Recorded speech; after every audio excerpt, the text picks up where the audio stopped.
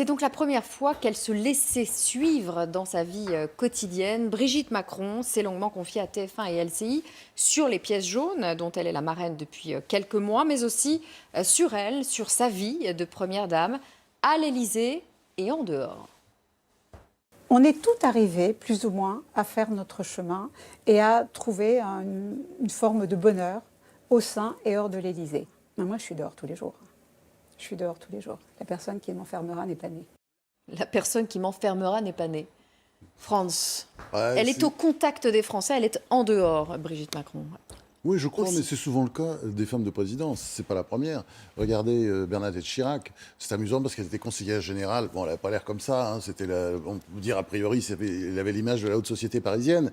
Et puis elle allait avec ses cabas conseillère générale de Mémac en Corrèze, et elle faisait remonter sans arrêt des informations à son mari. Vous avez, comment dire, toutes ces femmes de présidents, elles ont toujours leur vie personnelle. Ce sont souvent des femmes extrêmement indépendantes et libres. Je pense Anémone Giscard d'Estaing, alors là, carrément, oui, qui était malheureuse. Et Anémone Giscard d'Estaing avait décidé que c'était pas intéressant, donc elle s'était mis carrément à l'écart. Et puis elle avait, voilà, et elle avait cette espèce de, elle a une personnalité très forte. Elle adore les jardins, elle adore les fleurs.